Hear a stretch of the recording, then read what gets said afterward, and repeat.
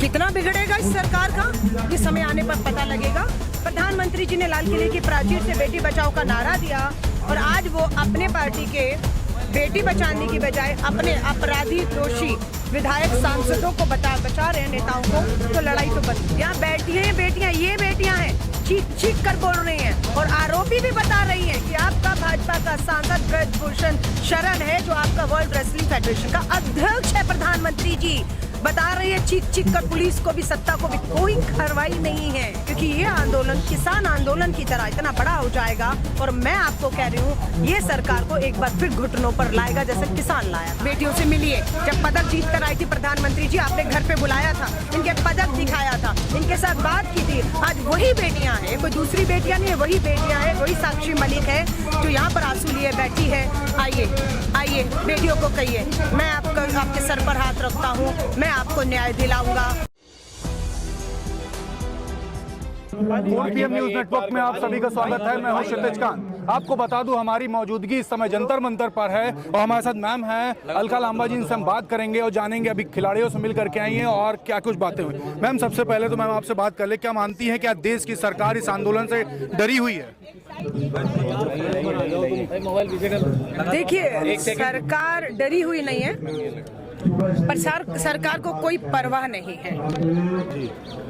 सरकार को लग रहा है कि ये आंदोलन से वो ना उनके सांसद ब्रजभूषण का कुछ बिगाड़ सकते हैं, ना सत्ता का कुछ बिगाड़ सकते हैं। लेकिन कितना बिगड़ेगा इस सरकार का, ये समय आने पर पता लगेगा। क्योंकि बेटी बचाओ का नारा अगर हमारे देश के प्रधानमंत्री जी ने लाल किले की प्राचीर से ना दिया होता, हम उनसे उम्मीद ना करते। प्रधानमंत्री जी ने लाल किले की प्राचीर से बेटी बचाओ का नारा दिया और आज वो अपने पार्टी के बेटी बचाने की बजाय अपने अपराधी दोषी विधायक सांसदों को बचा रहे हैं, नेताओं को। तो लड़ाई तो बनती है। हम दूसरी बात कर ले, ब्रजभूषण शरण सिंह लाइव आते हैं, वो कहते हैं जांच करा ली जाए, 3 महीने बाद जो होगा दूध का दूध पानी का पानी हो जाए, ये सब चीजें वो लाइव पे बोल रहे हैं। नहीं, जनवरी में बेटियां आई थी, मई का महीना हो गया है ना, क्या हुआ मैं आपसे पूछना चाहती हूँ। FIR तक नहीं हुई थी, सुप्रीम कोर्ट जाना पड़ा और सुप्रीम कोर्ट के आदेश के बाद, लेकिन उसके बाद क्या होता है, नाबालिग बेटी के जो है यौन उत्पीड़न के आरोप है पोक्सो में। क्या कहती है पोक्सो का कानून? 24 घंटे के अंदर गिरफ्तारी होनी चाहिए थी।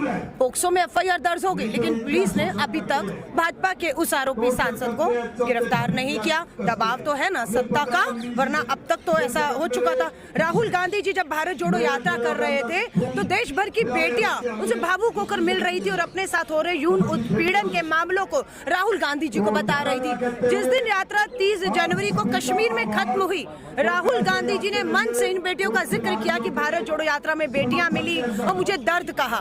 राहुल गांधी जी घर आते हैं, 40 दिन के बाद दिल्ली पुलिस को राहुल गांधी जी का भाषण कश्मीर वाला याद आता है और दिल्ली पुलिस भेजी जाती है अपना गृह मंत्री द्वारा राहुल गांधी जी के घर, ये पूछने के लिए कि राहुल गांधी जी वो कौन सी बेटियां थी जो आपको मिली थी, जिनके साथ यौन उत्पीड़न हुआ या जिनका जिक्र आपने कश्मीर में किया है। आकर घर पूछती है। यहाँ तो बैठी हैं बेटियां, यहाँ बैठी हैं बेटियां, ये बेटियां हैं, चीख कर बोल रही हैं और आरोपी भी बता रही हैं कि आपका भाजपा का सांसद ब्रजभूषण शरण है, जो आपका वर्ल्ड रेसलिंग फेडरेशन का अध्यक्ष है। प्रधानमंत्री जी बता रही है चीख कर, पुलिस को भी सत्ता को भी कोई कार्रवाई नहीं है। मैम, ब्रजभूषण मैम बोल रहे हैं कि अगर नरेंद्र मोदी प्रधानमंत्री अगर कह दे, नड्डा जी कह दे या फिर अमित शाह कह दे तो मैं इस्तीफा दे दूंगा। लेकिन कर्नाटक से अभी आप आई हैं, वहां पर वो कैंपेनिंग कर रहे हैं। देखिए, उन्होंने सही कहा है। वो क्यों इस्तीफा नहीं दे रहे? क्योंकि प्रधानमंत्री, गृह मंत्री, भाजपा के राष्ट्रीय अध्यक्ष नहीं चाहते हैं कि वो इस्तीफा दें।